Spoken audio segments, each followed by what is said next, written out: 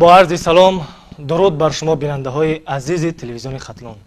این برنامه مستقیم رو به رو با تماشابین است که با دستگیری رئیس ولایت ختلون حکیم زاده قربان دوباره احیا شد. این نوبت در برنامه ما صحبت خواهیم کرد با مسئولان دو دانشگاه واقعا با نفوذ ولایت ختلون. مشاور رکتور دانشگاه دولتی باختر به نام ناصر خسرو پروفسور حسن مرادیان و نایب رکتور عاید به مناسبت‌های بین المللی دانشگاه دولتی کلاب به نام ابو عبدالله رودکی داتسنت شرافت خدای داده و که من قدم شما را خجسته میگم خوش آمدید و امیدوارم که هر سوال و درخواستی که از جانب بیننده ها به ما ارسال شدند یا اینکه در جریان برنامه ارسال میشوند شما با پاسخ‌های مشخص خودشان را قناعتمند خواهید کرد. مسلم است که این هر دو دانشگاه یعنی دانشگاه دولتی باختر و دانشگاه دولتی کلاب در تربیت نمودن متخصصان ساحه‌های گوناگون بسیار نقش نظررس و بارز دارد.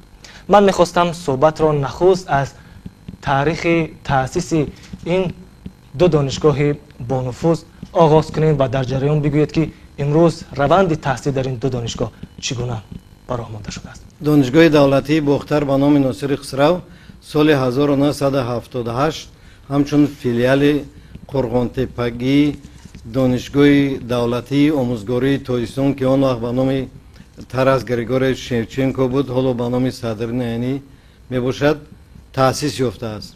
در اول در دانشگاه همگی از روی 4 اختصاص و 4 فاکولتت دانشجویان تحصیل میکردند و تعداد عمومی آنها 250 نفر بود و در دانشگاه 4 نفر نامزد علم کار میکردند.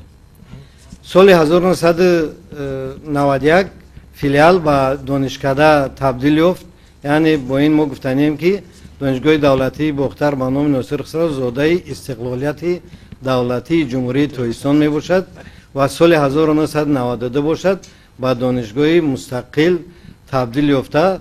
در اطراف نام دانشگاه بحث مناظره زیاد شد و آخر به خلاصه آمدند که دانشگاه را با نام یکی از متفکران مشهور شرق ناصر خسرو گذارند. در ظرف سالهای استقلالیت دانشگاه ترقی کرد، پیش رفت، هم از جهت روند تعلیم و تربیت هم از جهت علم و رابطه‌های خارجی فعالیت دانشگاه بسیار سرساحه گردیده توسعه یافت.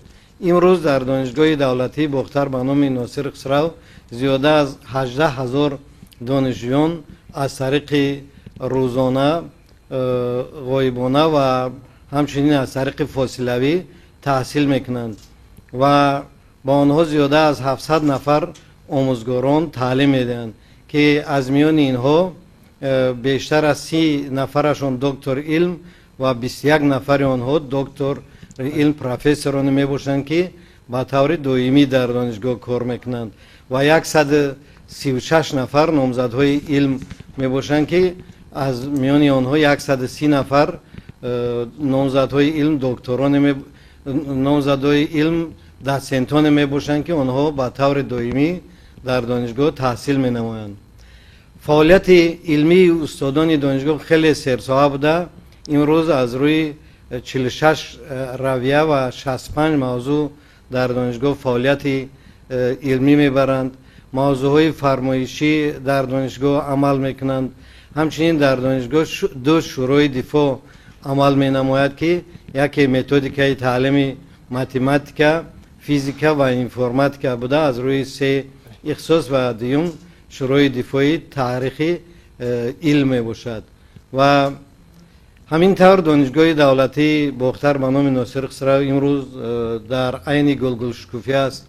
در دانشگاه هم آموزگاران صاحب تخصص و هم دانشجویان تحصیل میکنند که آنها در آزمون‌های جمهوریوی اشتراک نموده شرف دانشگاه را بلند میبردارند و باوری داریم که آینده دانشگاه دولتی باختر به نام ناصر خسرو درخشان است و دانشگاه متخصصان را به غایه خواهد رسانید که آنها به بازار مهنت جوابگو می باشند، رقابت پذیر بازار مهنت هستند. تشکر استاد عزیز. شما گفتید که سال از سال تعداد نامزدها زیاد میشد. میگفتید که در سال روان آنهایی که نامزدی خود را حمایت کردند فقط در سال روان در دانشگاه تا امروز 2 نفر رساله دکتری و بیشتر از 37 نفر رساله نامزدی دفاع کردند و تا آخر سال باید که 1 نفر دیگر رساله دکتری و 7 نفر دیگر رساله نامزدی دفاع باید کنند. همچنین دانشگاه ما طوری که گفتم در آماده کردن متخصصان دارای درجه علمی برای دیگر دانشگاه هم سهم کلان دارد، چون که 2 شورای دفاع دارد و در شورای دفاع دانشگاه ما رساله های نامزدهشان را از تمام جمهوری آمده و حمایت میکنند، چون که در جمهوری شوراهای دفاع طور تأسیس داده شدند که یکدیگر را تکرار نمیکنند. فرض کنیم شورای دفاع تاریخ علم در جمهوری فقط در دانشگاه ما است. متدیک تعلیمی متماتیک و فیزیک و انفرماتیک هم فقط در دانشگاه ما تأسیس یافته است. تشکر. معلم عزیز، شما از تاریخ دانشگاه دولتی کلوب و چگونه بودن روند تحصیلی در این دانشگاه؟ تشکر از شما. در حقیقت هم دانشگاه دولتی کلوب یکی از مؤسسه های بزرگ با نفوذ و قدیمترین ولایت ختلان به شمار می رود و آن سال 1945 در زمینه آموزشگاه 2 ساله معلم تیارکنی تأسیس داده شد و باید گفت که طول نزدیک 75 سال در دانشگاه بیش از 35,000 متخصصان ساحه‌های گوناگون خواجگی خلق آماده کرده شدند و در سالهای اولی تأسیس یابی خود دانشگاه همگی در هیئت 3 فاکولته تأسیس یافته بود که تعداد دانشجویان همگی 48 نفر را تشکیل می‌دادند. امروز باشد دانشگاه دولتی کلوب در 10 فاکولته نزدیک 10,031 دانشجو دارد و با اینها 560 نفر آموزگاران از جمله دکتران علم، پروفسوران، دوسنتان درس تعلیم و تربیت می‌دهند که باید گفت که از روی 51 رویه‌های تخصصی در کافدره‌های گوناگون دانشگاه در سمت‌های افضلیت‌ناک علم برای جمهوری تاجیکستان متخصصان آماده کرده می‌شوند و باید گفت که در دانشگاه دولتی کلوب امروز در سمت آماده نمودن کادرهای بلندپایه علمی پداگوگی طوری که در اینجا استاد قید کردن هم در شروعهای دیسرتاسیونی مرکز جمهوری و هم در شهر بختر امروزها عالمان آموزگاران ما به دفاع رساله های نامزدی و دکتری مشغول هستند و فقط در سال 2019 نزدیک 20 نفر رساله های خود را حمایت کردند و تا آخر سال خانش باز حمایه 23 رساله نامزدی و دکتری در نظر است. تشکر زیاد. سوال شده است که آنهایی که دانشگاه را با بهای نمونوی ختم می‌کنند برای در خود دانشگاه به کار پذیرفتن راهبریت دانشگاه دولتی کلوب تا کجا امکان فراهم کرده است؟ بسیار سوالی به مورد است. طوری که شما می‌دانید ما در تحصیلات سه‌زینگی قرار داریم و نفرانی که بخش بکالوریت دانشگاه ها را با بهای خوب و اعلی ختم می‌نمایند آنها از جانب رئیسان کمیسیون اتستاسیونی برای شامل گردیدن به بخش ماجستراتور توصیه کرده می شوند و بعد از این می توانند که تحصیل خود را در زینه دکترانتور پی‌اچ‌دی آنها ادامه داده باشند و باعث خوشنودی است که در دانشگاه دولتی کلوب نیز بخش ماجستراتور و دکترانتور پی‌اچ‌دی عمل می کند و همه ساله طبق نقشه معین نموده وزارت معارف و علم جمهوری تاجیکستان با رویه‌های گوناگون و در بخش ماجستراتور و دکترانتور پی‌اچ‌دی دانشجویان تحصیل را ادامه می‌دهند. امروز 241 نفر در ماجستراتور و 78 نفر در دکترانتور پی‌اچ‌دی تحصیل کرده ایستادند که اینها می‌توانند که به واسطه در پیشبرد کارهای علمی تحقیقاتی در آینده در دانشگاه سهم گذاشته باشند و ادامه دهنده همون کار و فعالیت علمی و پداگوژی نسل کلانسال گردند. تشکر. می‌خواستیم از استاد حسن مرادیان بپرسیم که نفر می‌نویسد با نام خسرو از ناحیه ناصر خسرو قرباننظر صابرов که دانشجو در کدام حالت باید از دانشگاه خارج کرده شود؟ آیا والدین قبلا آگاه می شوند؟ دانشجو در صورت از دانشگاه خارج کرده می شود که اگر به شرطی که دوامات ناکفایه داشته باشد، یگان جنایت صادر کند یا در صورتی اگر مبلغ شهرنامه را هم نسپاریدن و شهرنامه بین در گروه شهرنامه‌ای تحصیل کند و شهرنامه بین دانشگاه و دانشجو بسته شده را اجرا نکند، دانشگاه مجبور می شود که وی را از صف دانشجویان خارج کند. اینها باز پرسیدن که آیا قبل از اون که خارج میکنند دانشجو را از والدین یا مثلا آن را واقف میکنند والدین آن را که مثلا دانشجویی که فرزند آنها در همین حال است؟ اکنون وظیفه والدین هم از اون عبارت است که باید از فرزند خود تیز خبر گیرند، از احوال فرزند خود خبر گیرند. همچنین دانشجو یک شخص مستقل است و سن سالش هم به جای رسیده است. اکثر وقت از پدر مادر اگر رقم تلفن آنها را داشته باشند با آنها ارتباط کرده و اوید این مسئله صحبت میکنند، لیکن اگر پدر مادر عموما از دانشگاه خبر نگیرند و دانشجو هم از خودش درک ندهد، مجبور میشن که او را خارج کنند. تشکر. سال قبل و امسال با زیاد داخل شدن دانشجویان به دانشگاه دولتی باختر مشکل جای زیست پیش آمد. چون همگان میدانیم خوابگاه دانشگاهی نمیتواند همه دانشجویان خود را بخوانجاند. ایده از دانشجویان امسال از این مشکل اذیت داشتند، از این را هر گونه ولی با یک مضمون مراجعت کردند که در مورد ساختن خوابگاه علاوگی برای تامین جای زیست دانشجویان راهبریت دانشگاه دولتی باختر با نام ناصر خسرو نقشه راه اندازی کرده باشد. حضرت بدل میگوید که ای منکر کیفیت پرواز مگس به زینت و هم بر بلب بام برو. اکثر وقت در اطراف این مسئله سخن میکنند و دانشگاه دولتی باختر به نام ناصر خسرو فقط در 8 سال اخیر کوشش کرد که ساختمان های زیادی را راه اندازی نماید. فقط 3 بینای تعلیمی که هر کدام به مبلغ زیاده از 5 میلیون سومانی ساختمان شده بود. با این مقصد اول مسئله نرسیدن جای نشست را حل کردند و اکنون دانشگاه حاضر به ساختمان بینای اساسی که در سابق جای کالج آموزگاری بنیاد شده ایستاده است سر کرده است. همچنین دانشگاه نقشه دارد که در نوبت اول با پیدا شدن مبلغ به ساختمان خوابگاه آغاز کند و به ساختمان یک کتابخانه زمانوی.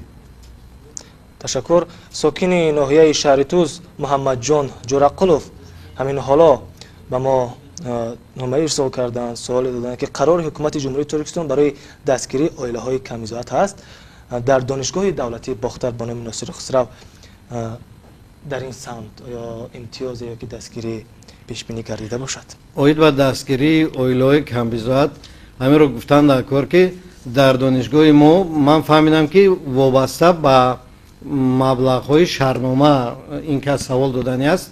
در دانشگاه ما با قرار شورای عالمان دانشگاه اگر دانشجویانی که یتیم کل باشند آنها البته از سپردن مبلغ شهرنامه پره آزاد میگردند، ولی اگر دانشجویانی که آنها نیم یتیم باشند بعد کورس سیوم گذاشتن و همچنین دانشجویانی که معیوبان گروه یکم و دویم هستند آنها هم از مبلغ شهرنامه آزاد می شوند.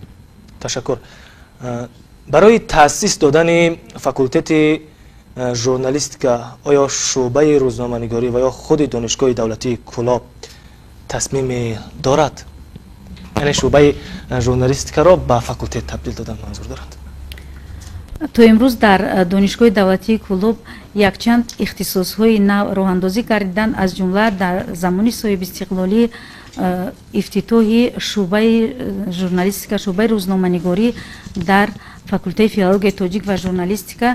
این یک اقدامی بود که از جانب هم روزنامه‌نگاران و هم علمان آموزگاران دانشگاه دستگیری یافته بود و باعث خرسندی است که امروز ختم کردگان شعبه ژورنالیستیک دانشگاه دولتی کلوب در رسانه‌های خبری هم جمهوری ولایت ختلون و خود شهر کلوب فعالیت بسیار خوب دارند و باید گفت که اگر که در نقشه قبول وزارت معارف و علم جمهوری تاجیکستان برای تعدادی همین بخش ژورنالیستیک اگر زیاد کرده شود، خواهش و درخواست هم خیلی زیاد هستند و با کلاستر سوم که در اون بخش روزنامه‌نگاری شامل گردیده است خیلی حجت زیاد میسپرند داوطلبان خیلی زیاد هستند. اگر در دایره اون که ما اگر بعضی مدی تکنیکی دانشگاه رو باز هم پرقوتر گردانیم و غیر از اون که ما عین حال رادیوی سروش جوانی داریم، باز تصمیم داریم که برای شعبه ژورنالیستیک دانشگاه شدن استودیایی یک استودیایی خوردی سیار برای وسایل اخباری عامه داشته باشیم.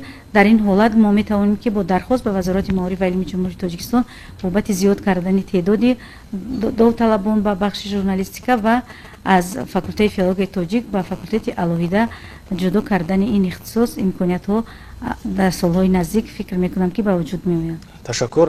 علی جان از شهر باختر می نویسد که دانشجوی دانشگاه دولتی باختر هستم و طریق شهرنامه‌ای تحصیل می کنم.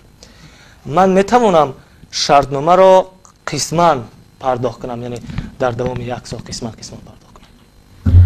علی جان با دانشگاه شرطنامه بسته است و در شرطنامه‌اش قید شده است که هر سال تا آغاز سال تحصیل باید شرطنامه خوانش را سپارد، لیکن اکثر وقت دانشگاه برای دانشجویانی که امکاناتشون محدودتر است تا ماه دکبر برای آنها مهلت می‌دهد که قسم سپارند.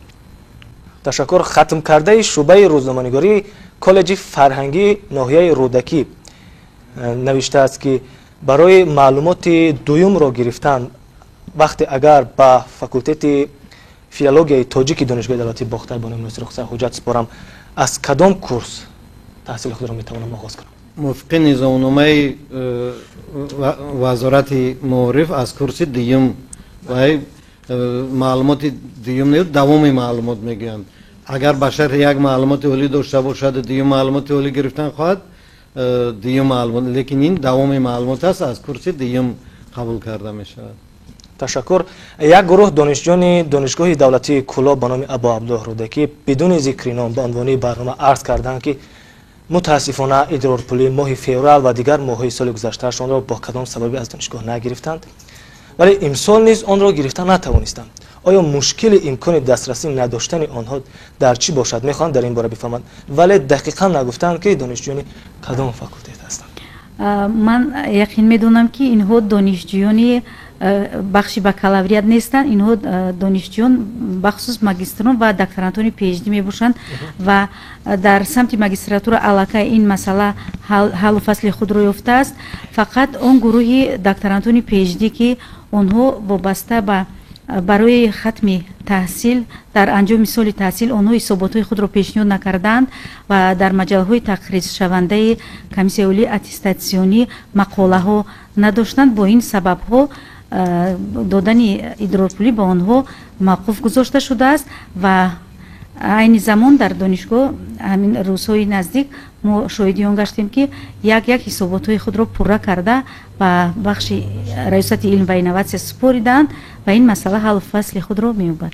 تشکر. یک نفر نظامی‌دین می نویسد که دسته آوازه‌دار لواکنت دانشگاه دولتی باختر به نام ناصر خسرو سال هاست که در آزمون تلویزیونی محفل ظریفان مقام اول رسوایی می شود. برای هیئت چنین دسته ها آیا امتیازات داده می شود در مورد تحصیل آنها و یا این دسته من بعد نیز می توانند هنرنمایی کنند؟ دانشگاه برای دسته لواکن تمام امتیازها را داده است. اعضای دسته کدامهایی که آنها در گروه شهرنامه‌ای تحصیل میکردند آنها را به گروه رایگان گذراندند. بعد با فرمایش رکتور دانشگاه آنها مکافات پولی‌های یک وقته سری وقت گرفته بودند و من بعد نیز این دسته باوری داریم که خوب برآمد کرده و شرف دانشگاه را در مقیاس جمهوری بلند می‌بردارد. تشکر. دانشجویان نیمیتین از کورس چندم میتوانند 50% شرطنامه را سپارند؟ یک نفر نوشته است از شهر لیوکان.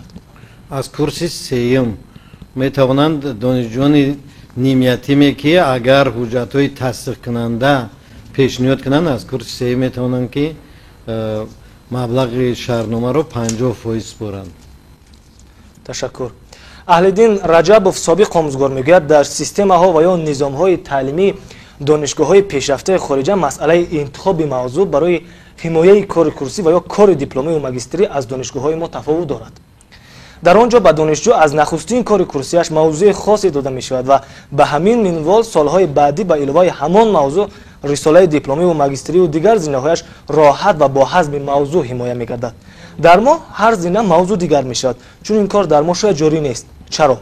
آیا جاری کردن چنین نظام کار در دانشگاه دولتی باختر و یا دانشگاه دولتی کلاب امکان دارد در آینده؟ امکان دارد. نظام الدین ممکن خودش طلب نکرده است. نباشد فرض کردیم من یک شاگرد دارم، خرسند مراد فقیرов، اوید به شاعر خلقی کریم دیوانه رساله کار کورسی نوشت، بعدا رساله بکالوری نوشت، رساله ماجستری نوشت و حاضر رساله دکتر پیشدیش هم در عرفه حمایه می باشد. در یک موضوع فقط کار کرده است.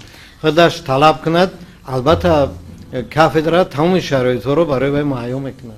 درست قید نموده دوستان، این حالت در دانشگاه دولتی کلوب نیست، چون این برای آموده شده است که این زمان در وابسته به رویه و پرابلم هایی که در کافدرا ها تحقیقات برده می شود، رساله های کارهای کورسی، رساله های ماجستری و رساله های دکترانی پی اچ دی وابسته به رویه های کافدرا ها داده می شوند و دانشجو می تواند که از دوره کاری کورسی گرفتن از کورس های بالایی، کورس های سوم چهارم می تواند که یک موضوع را تا به حد امکان برده رساند و پیگیری نماید و رساله های خود را در این سمت دفاع کرده باشد. تشکر. نفر می نویسد که در دانشگاه دولتی کلاب به نام ابو عبدالله که برای دانشجو دخترانی که طریق کوتا های پرزیدنتی تحصیل میکنند و تحصیل آنها نمونوی است، چگونه امتیازات داده شده است؟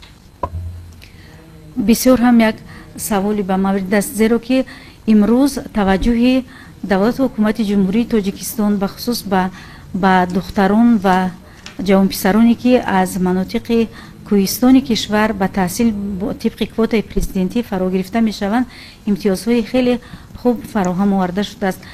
به خصوص در خوابگاه دانشجویان دانشگاه دولتی کلوب پیش از همه آنها با جای زیست تامین کرده می شوند که آنها طبق کوتای پرزیدنتی هستند.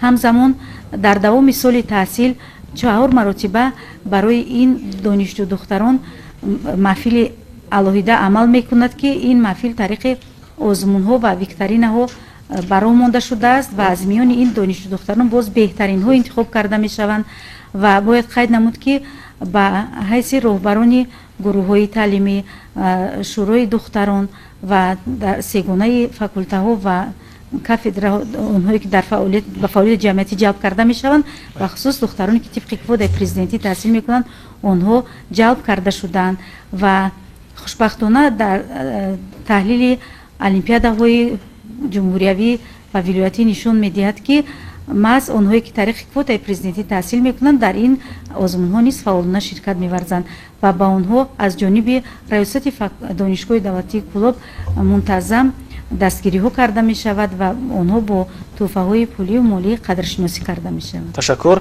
یک سال برنامه ما پیشنهاد شده است که به هر دو دانشگاه داخل دارد. بهادر اوراقوف روزنامه‌نگار سوال داده است که برای یتیمان کل در دو دانشگاه چی دستگیری ها موجود است که راه اندازی شده است؟ یتیمان کل در دانشگاه مورد توجه خاصی ریاست دانشگاه و سازمان های جمعیتی آن قرار دارند. مخصوصا اتفاق کسبه دانشگاه همیشه از حال یتیمان کل خبر میگیرد. سری وقت برای آنها مبلغ ها جدا می شود، سر لباس، اسباب انجام خانش برای آنها جدا می شود. یتیمان کل دویم به ادرارپولی تامین کرده میشن و ریاست دانشگاه کوشش میکند که онҳо ятим будани худро ҳис накунанд. барои ҳамин ҳатто ятим гуфта онҳоро мо номбар намекунем, донишҷӯёни мавриди таваҷҷӯҳи хос гуфта ҳамин хел номбар мекунем.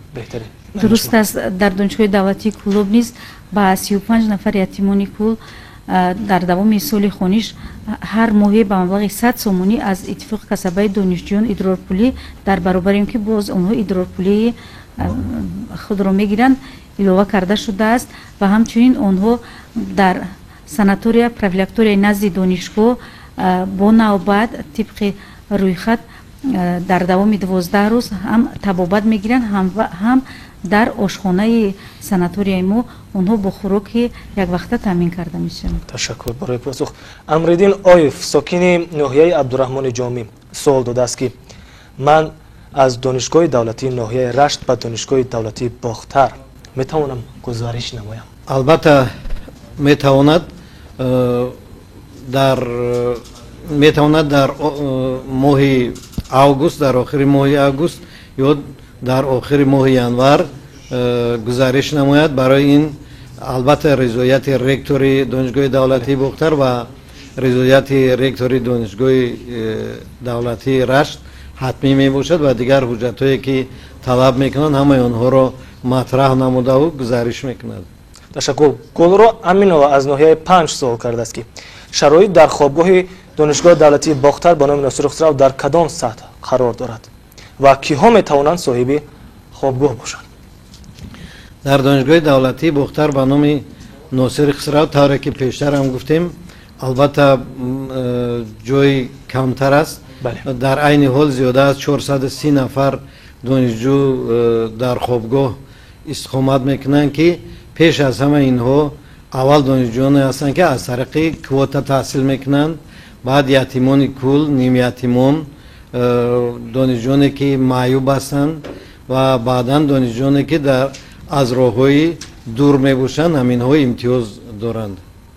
ташаккур. Рӯзноманигоре аз шаҳри Душанбе суол додааст ки ҳамкории донишҷӯёни риштаи рӯзноманигории ҳар ду донишгоҳ ба васоити ахбори оммаи маҳаллӣ чӣ гуна ба роҳ монда шудааст? Ташаккур барои суол. Воқеан мудирони баъзе аз кафедраҳои журналистии ҷумҳурӣ имрӯз то ҷое дар сомонаҳои иҷтимоӣ нашр мекунанд ки тасмими хубе ҳам гирифтанд ки ба телевизионҳо, радио, редаксияҳо шартнома доранд, чун ҳар сол бо тарбия кардани мутахассисон ба идораҳо яъне тавсия медиҳанд ки масалан ҳамин шогирди тарбия кардаи мо метавонад журналисти хуб бошад. дар ин раванд оё донишгоҳи давлатии Бохтар хатм кардагони риштаи журналистикаи мо ҳатто пеш аз хатм дар давраи донишҷӯям таҷрибаи худро дар телевизиони вилояту дар радиову дар рӯзномаҳои вилоятиву шаҳриву ноҳиявӣ мегузаронанд. ҳатто кошонаи махсус дар ҳамин телевизиони вилоят мо кушодагием ки таҷриба меомӯзанд журналистони мо. дар ҳамин ҷа нишастагиҳо аксарияти ҳаминҳо хатм кардагони донишгоҳи мо мебошанд ва дар аксарияти расонаҳои хабарии ҷумҳурӣ шогирдони мо кор мекунанд. ташаккур. ман фикр мекунам маълима шумо дар ин бора гуфта будед, вале агар илова бошад ҳамин ҳолат дар донишгоҳи давлатии Кӯлоб низ чунин аст. таҷрибаҳои ки донишҷӯёни риштаи журналистика мегузаранд онҳо бевосита дар расонаҳои хабарии минтақа гузаронида мешаванд ва хушбахтона имрӯз дар минтақаи Кӯлоби вилояти Хатлон намояндагии ҳамаи телевизионҳо ва радиоҳои ҷумҳурӣ мавҷуд аст ва бештар аз ҳама донишҷӯёни мо дар телевизиони Кӯлоб ки ин як коргоҳи бузург, ин як мактаби бисёр ҳам таҷрибаи пешқадам барои рӯзноманигорони оянда ба шумор меравад, дар ин ҷо таҷриба мегузаранд ва дар давоми донишҷӯӣ дар ин ҷо фаъолият мекунанд. ташаккур. нафаре мегӯяд дар факултати таърих ва ҳуқуқи донишгоҳи давлатии Кӯлоб таҳсил мекунам. агар вале дақиқ нагуфтааст ки дар кадом курс таҳсил мекунад, гуфтааст ки агар ман таҳсиламро ғоибона кунам чанд сол тӯл мекашад? бале чанд сол тӯл мекашад? шояд курси аввал бошад.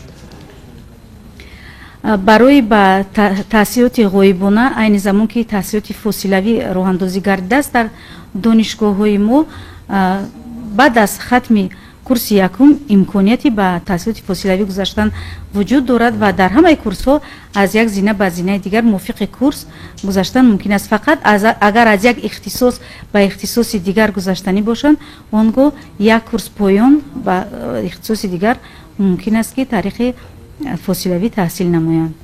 ташаккури зиёд. нафаре менависад ки таҳсили низоми фосилавӣ дар донишгоҳи давлатии Бохтар мушкил дорад. Сабаб чӣ бошад? низоми маълум аст ки ҳамаи чизи нав ба осонӣ қобили ҳама намегардад ва чизи кӯнаам ба зудӣ аз байн намеравад.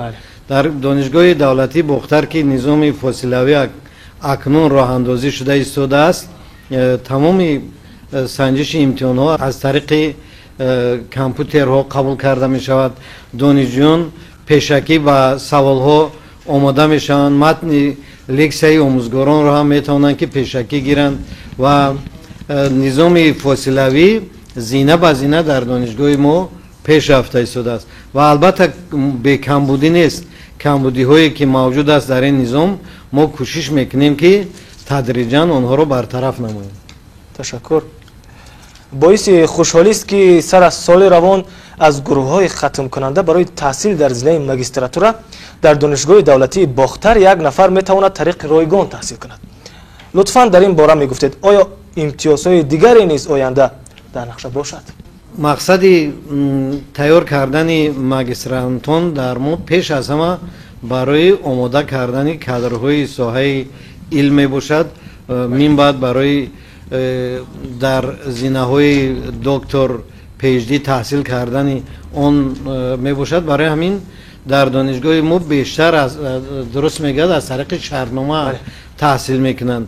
лекин боз ҳастанд як қисм донишҷӯёне ки онҳо бо баҳои 5 таҳсил мекунанд ва дар шакли ройгон ҳам таҳсили онҳо роҳандозӣ шудааст. лекин мо бо онҳо шартнома мебандем ки ҳатман баъди хатми магистратура дар зинаи доктор PhD бояд таҳсил кунанд ва фаъолияти илмии худро ҳатман идома диҳанд. ташаккур. шумо дар мавриди баъд аз магистратурае ки аспирантура барои ҳимояи номзад гуфтед, оё соли равон ё ин ки чанд соли ахир буданд омӯзгорони ҷавоне ки масалан ҳимояи номзадӣ карданд? низоми аксарияти устодоне ки ман чӣ хеле ки ҳозир гуфтам рисолаҳои номзадӣ ҳимоя карданд, аксарияти онҳо ҷавонон ҳастанд. ҷавононе ҳастанд ки аз синни 21, 22 то 27 сола мебошанд ва як онҳое ки доктор рисолаи докторӣ ҳимоя карданд аз 45 сола боло, аз 40-45 сола боло мебошанд ва аксарияти ҳаминҳо хатм кардагони риштаи аспирантура мебошанд. ана ҳозир боз хатм кардагони риштаи доктор PhD ҳам рисолаҳои худро дифоъ карда истоданд. ташаккур. таҳсили зинаи магистратура дар донишгоҳи давлатии Кӯлоб чӣ гуна баромада шудааст? тавре дар боло низ қайд кардем, ба зинаи магистратура баъд аз хатми бакалавриат онҳое тавсия карда мешаванд ки онҳо бо баҳои хубу аъло таҳсил мекунанд ва раисони комиссияи аттестатсияи хатм онҳоро барои дар зинаи магистратура таҳсил кардан тавсия медиҳанд. новобаста ба ин боз ҳам нақшаи қабул ба магистратура ҳамасола аз ҳисоби гурӯҳҳои ҳам шартномавӣ ва ҳам буҷавӣ боз пурра карда мешавад ва онҳое ки бевосита ҳуҷҷат месупоранд ва онҳое ки аз суҳбат мегузаранд, яъне ки бо реферати аз рӯи ихтисос онҳо қабул карда мешаванд ва ба риштаи магистратура низ нафароне ки бо дипломи аъло зинаи бакалавриатро хатм карданд, онҳо тариқи ройгон қабул карда мешаванд ва дар маҷмӯъ айни замон 241 нафар дар бахши магистратураи донишгоҳи давлатии Кӯлоб таҳсил карда истоданд ки онҳо фаъолони таҳсиланд ва дар корҳои ҷамъиятӣ низ фаъолона иштирок мекунанд. ҳамасола дар конференсияҳо ва симпозиумҳои байналмилалӣ низ ширкати фаъол доранд. ташаккур. сипос барои посух. холида давлатова аз шаҳри ҳисор менависад ки мехоҳам дар донишгоҳи давлатии Кӯлоб ба номи устод Рӯдакӣ таҳсиламро идома диҳам. оё бахшҳои омодагӣ дар назди ин донишгоҳ موجود باشد. ҳамасола тариқи маркази миллии тестӣ назди президенти ҷумҳурии тоҷикистон довталабон шомили муассисаҳои таҳсилоти олии касбӣ мегарданд ва ин он оварда мерасонад ки мо бояд ки дар назди донишгоҳҳои худ курсҳои тайёриро бароҳ монем. соли сеюм аст ки дар донишгоҳи давлатии Кӯлоб курсҳои тайёрӣ ва аз рӯи 5 кластери маркази миллии тестӣ назди президенти ҷумҳурии тоҷикистон бароҳ монда шудаанд ва дар курсҳои тайёрӣ мутахассисони варзида ба хонандагони мактабҳои таҳсилоти миёнаи умумӣ ва ба он хоҳишмандоне ки мехоҳанд ки аз рӯи ин ё он кластер ба муассисаҳои таҳсилоти олии касбӣ шомил шаванд ба онҳо дарс мегӯянд ва ин натиҷаи хуб ҳам медиҳад. ҳамасола аз теъдоди онҳое ки дар бахшҳои курси тайёрӣ таҳсил мекунанд қариб ҳамаи онҳо ба муассисаҳои таҳсилоти олии касбӣ шомил мешаванд. ҳамкориҳои донишгоҳи давлатии Бохтар ба номи Носири Хусрав ва донишгоҳи давлатии Кӯлоб бо дигар донишгоҳҳои хориҷа дар кадом сатҳ аст ва имрӯзҳо дар ин ду донишгоҳ чӣ қадар донишҷӯён аз кишварҳои дигар таҳсил намуда истодаанд? донишгоҳи давлатии Бохтар ба номи Носири Хусрав бо дигар донишгоҳи кишварҳои хориҷӣ робитаи зич дорад, махсусан ба донишгоҳи Монтанаи Иёлоти Муттаҳидаи Амрико, ба донишгоҳҳои Беларусия, Русия, Ҳиндустон, Украина ва дигар давлатҳо дар робитаи зич қарор дорад. ҳамчунин аз дигар донишгоҳҳо дар донишгоҳи мо донишҷӯён аз дигар ҷумҳуриҳо дар донишгоҳи мо донишҷӯён таҳсил мекунанд. дар айни ҳол аз Туркманистон, аз ҷумҳурии Ӯзбекистон ва аз Афғонистон зиёда аз 191 нафар донишҷӯён таҳсил карда истодаанд. оё имтиёзоте барои ин донишҷӯён нафарон пешбинӣ шуда бошад? барои онҳо шароитҳо муҳайё аст, метавонанд озодона таҳсил кунанд, бо донишҷӯёни мо дӯсту бародар мебошанд. ҳамчунин рӯзҳое ки ҷашнҳои якҷояи донишҷӯёни мо бо онҳо якҷоя ҷашн мегузаронанд. нафарз кардем дар рӯзи таъсисёбии ҷумҳурии Ӯзбекистону ҷумҳурии Туркманистону дигарҳо донишҷӯён чорабиниҳои якҷоя гузаронда ӯ якҷоя ҷашн гирифтанд ин рӯзҳоро ва дар ҳамаи чорабиниҳое ки донишгоҳ мегузаронанд онҳо фаъолона ширкат меварзанд ва тамоми имтиёзҳое ки барои донишҷӯёни мо ҳаст барои онҳо ҳам ҳамин имтиёзҳо муҳайёст. ташаккур. ҷое дар як матлабе хонда будам ки дар соли таҳсили соли ҷорӣ теъдоди донишҷӯёне ки аз дигар кишварҳо ба донишгоҳи давлатии Бохтар яъне ворид шуданд, дохил шуданд, нисбати солҳои қаблӣ ниҳоят зиёд аст ва мазмуна вале қариб 80 нафар зиёдтар аст. оё ин дуруст бошад ё на?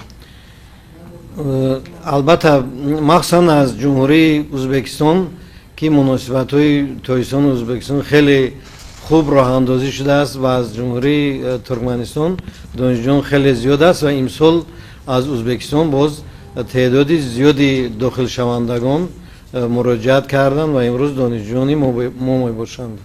ташаккур. дар мавриди чанд донишҷӯи барои кишварҳои хориҷа дар донишгоҳи Кӯлоб?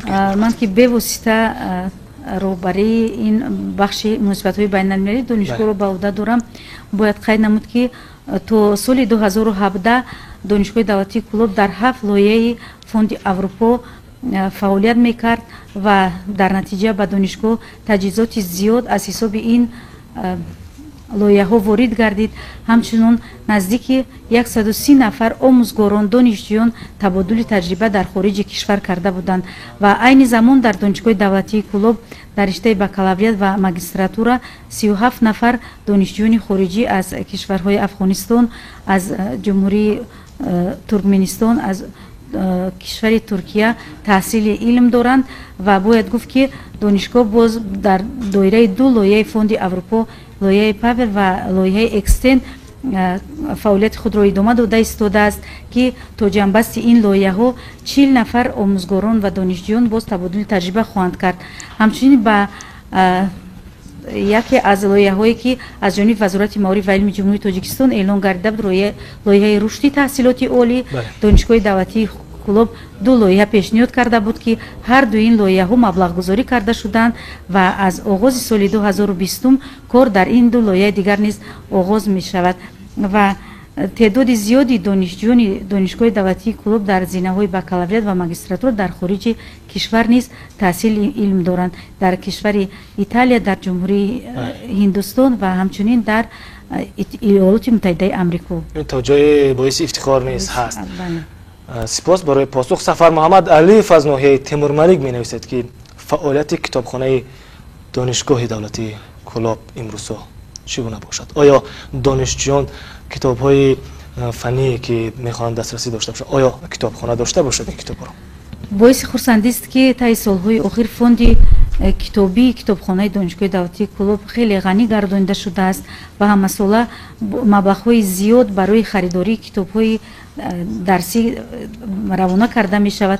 همچنین طبق یک فرمایش از جانب رکتور دانشگاه و قرار شورای عالمان دانشگاه همه کافدرا و فاکولته‌ها وظیفه‌دار کرده شدند که نمونه монографияҳо, рисолаҳои илмӣ, китобҳои дарсӣ ва дастурҳои методӣ таҳия намоянд ва ҳар як кафедра вобаста ба он теъдоде ки бояд ки барои ин ё он ихтисос китоби дарсӣ таҳия намояд дар анҷоми соли таҳсил онҳо яъне ки ҷамъбаст карда мешаванд ва имрӯз дар китобхона наздики 238 000 китобҳои дарсӣ ҳастанд ва ҳамчунин китобхонаи электронӣ амал мекунад ки 180 000 нусха китобҳои электронӣ ворид карда шуданд. онҳо бевосита теъдоди зиёди онҳо ба забони тоҷикӣ тарҷума карда шуданд. ташаккур. фаъолияти китобхонаи донишгоҳи давлатии бохтар чӣ гуна бошад? китобхонаи донишгоҳи давлатии бохтар ҳам фаъолияти густурда дорад. донишгоҳ ҳар сол кӯшиш мекунад ки китобҳои дарсии зиёдеро ҳам аз берун ворид кунад ва ҳам устодони донишгоҳ дар таълифи китобҳои дарсӣ саҳм мегиранд ва ҳамчунин китобхонаи электронии донишгоҳ ҳам зиёда аз 40 000 китобҳои дарсиву дастурҳои методиву дигар рисолаҳои илмӣ дорад ки метавонанд донишҷӯёну омӯзгорон аз он истифода баранд ва ҳар ҳафта ноиби ректор оид ба илм фаъолияти китобхонаро ҷамъбаст карда ҳисоб мекунад ки чанд нафар донишҷӯ аз китобхона китоб гирифтааст ва чанд нафар омӯзгор ба китобҳои китобхона маъруф зоҳир кардаасту аз китобхона китоб ба даст овардааст. ташаккур. нафаре менависад ки аз донишҷӯёни доим мешунавам ки дар донишгоҳ иҷборан ба онҳо китоб медиҳанд, яъне китоб фурӯш мекунанд, шояд китобҳои фанӣ бошад. оё ин дуруст бошад? ин хел мушоҳида накардем ва донишгоҳ имконияти иқтисодие дорад ки китобҳои аз берун воридшударо худаш мехарад ва ройгон ба донишҷӯён тавсия мекунад ки аз китобхонаи донишгоҳ онҳоро гирифтаву истифода баранд. аз ноҳияи шамсиддин шоҳин фирдавс менависад ки бояд дар хобгоҳи донишгоҳ нафарон яъне донишҷӯёне ки роҳашон дур аст, яъне дар ноҳияҳои дурдаст зиндагӣ мекунанд, бештар хобгоҳ дода шавад. аммо имсол ӯ аз ин имконият бебаҳра монд. чаро? қаблан дар ин бора савол дода будед, ман ҷавоб дода будам ки донишҷӯёне ки дар навбати аввал имтиёз доштанд мо онҳоро бо ҷойи хоб таъмин кардем. донишгоҳ зиёда аз 430 нафар ҷойи хоб дошт ва инро ба донишҷӯёне ки онҳо аз тариқи квота таҳсил мекарданд, ятими кул буданд, ним ятим буданд, маъюбҳои гурӯҳи якуму дуюм буданд ва дар навбати аввал боз ба онҳое ки аз роҳҳои дуртар буданд, ана аз Бадахшон буданд, аз ноҳияҳои тобеи ҷумҳурӣ буданд, дар навбати аз вилояти Суғд буданд, дар навбати аввал ба онҳо мо тақсим карда додем. ташаккур. наимҷон аз шаҳри бохтар менависад ки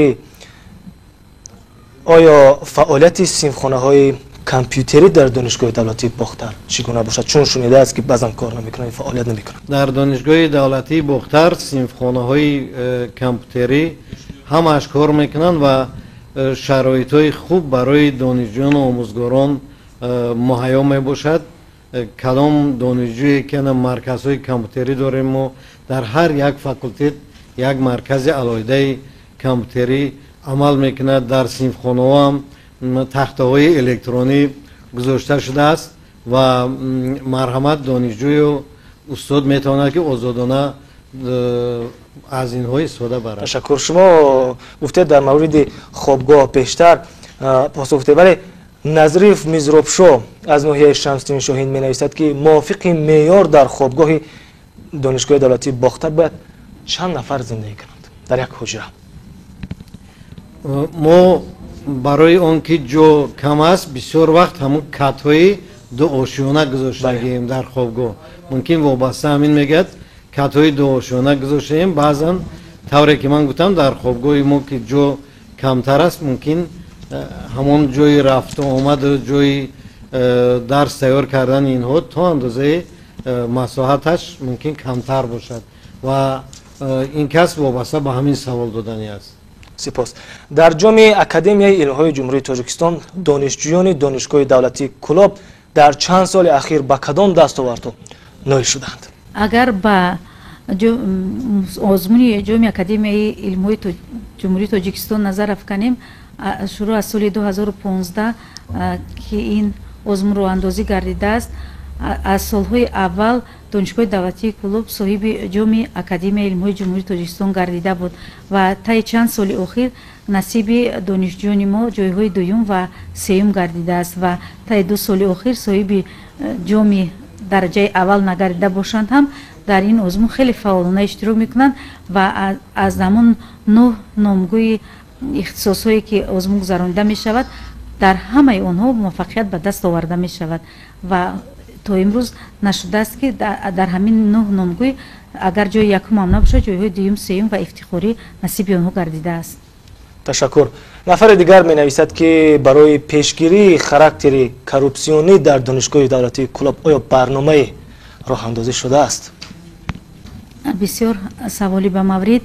امروز در دانشگاه دولتی کلاب لایحه دانشگاه الکترونی عمل میکنه، دوره به دوره تطبیق گردیده ایستاده است که این با شفافیت روند تعلیم، شفافیت سپردن سنجش و امتحان ها بسیار یک مساعدت سازگار دارد.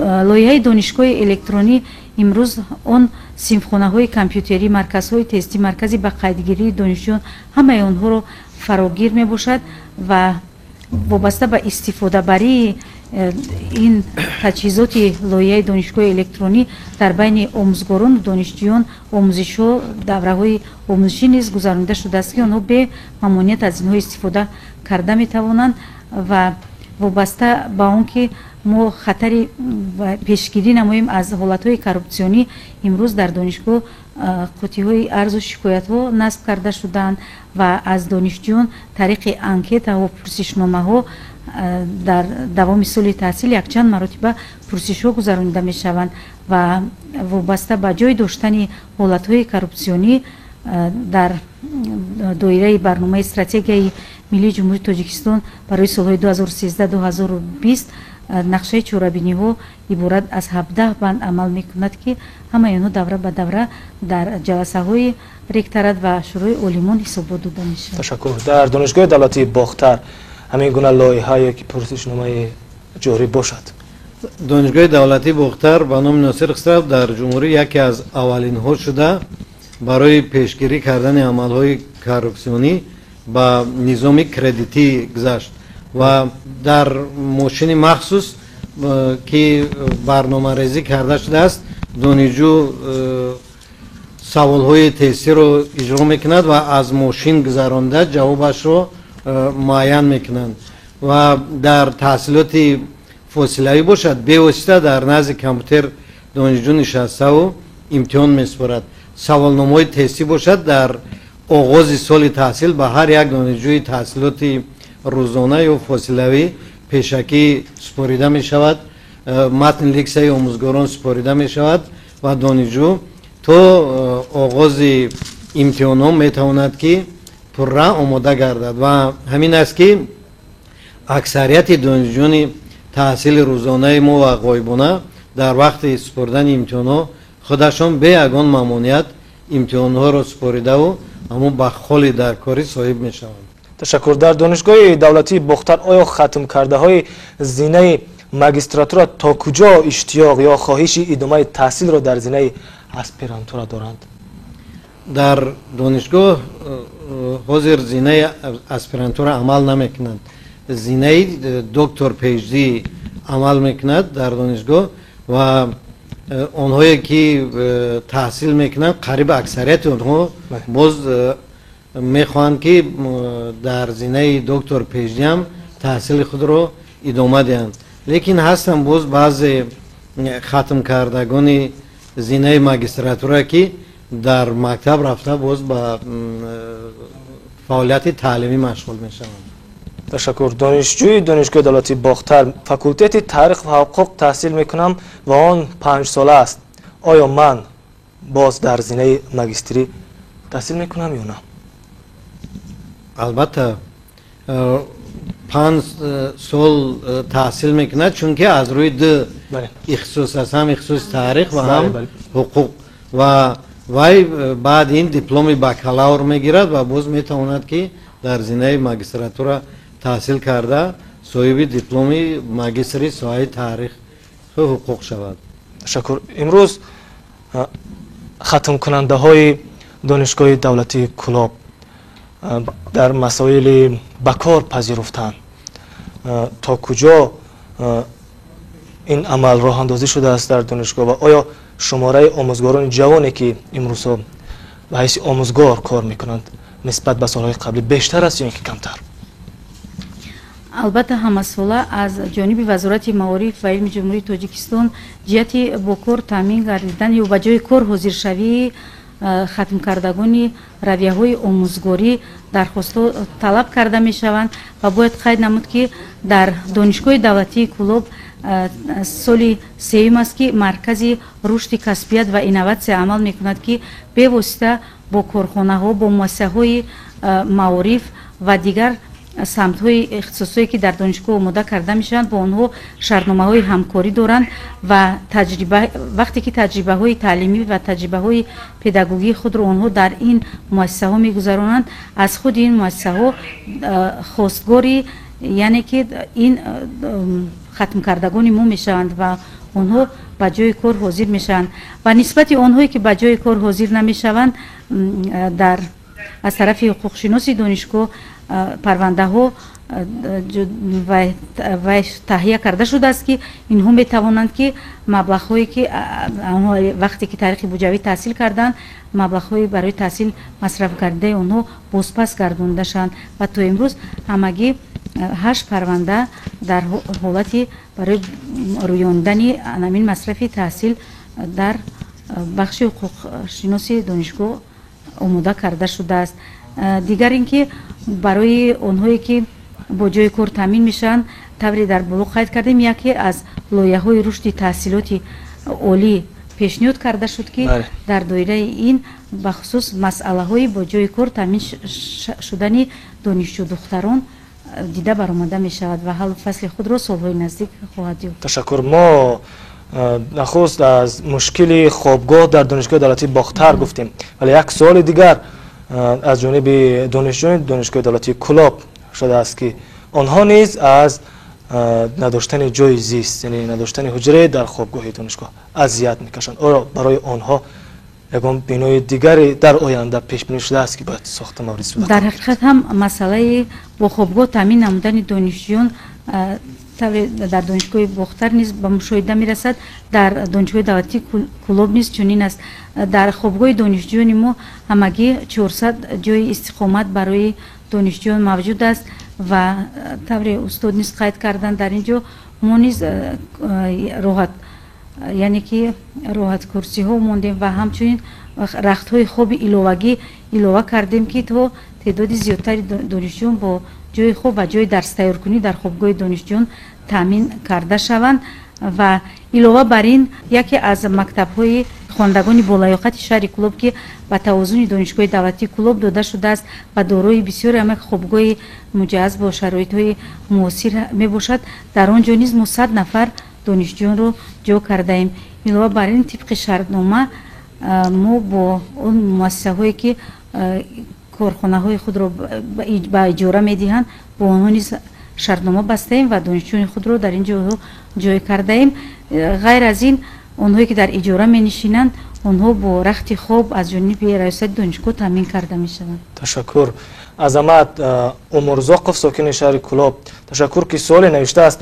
мутахассиси физика математика ҳастам ва борҳо барои кор ба донишгоҳ ариза додам, аммо барои кор даъват нашудам. киҳо метавонанд кор кунанд? албатта дар донишгоҳи давлатии Кӯлоб ариза додааст. ба донишгоҳи давлатии Кӯлоб таи чанд соли охир тариқи озмун онҳое ки ариза пешниҳод мекунанд аз озмун гузашта баъд соҳиби унвони омӯзгори мактаби олӣ мегарданд ва пеш аз ҳама онҳое қабул карда мешаванд ки бахши магистратура ва докторантураи пежиро бо дипломи аъло хатм карданд ва онҳое ки аз муассисаҳои таҳсилоти миёна ба кор барои донишгоҳ мехоҳанд ки дар донишгоҳ фаъолият кунанд, онҳо аз озмун гузаронида мешаванд ва вақте аз озмун ва аттестатсия ки гузаштанд, онҳо метавонанд ки ба донишгоҳ ба ҳайси омӯзгор фаъолият карда бошанд. ташаккур. дар давраи истиқлолият ҳукумати ҷумҳурии Тоҷикистон сиёсати дарҳои бозро роҳандозӣ намуд. дар ин росто дар самти муносибатҳои байналмилалии донишгоҳ ки шумо бевосита намояндагӣ онро доред, чӣ тадбирҳо амалӣ шуданд?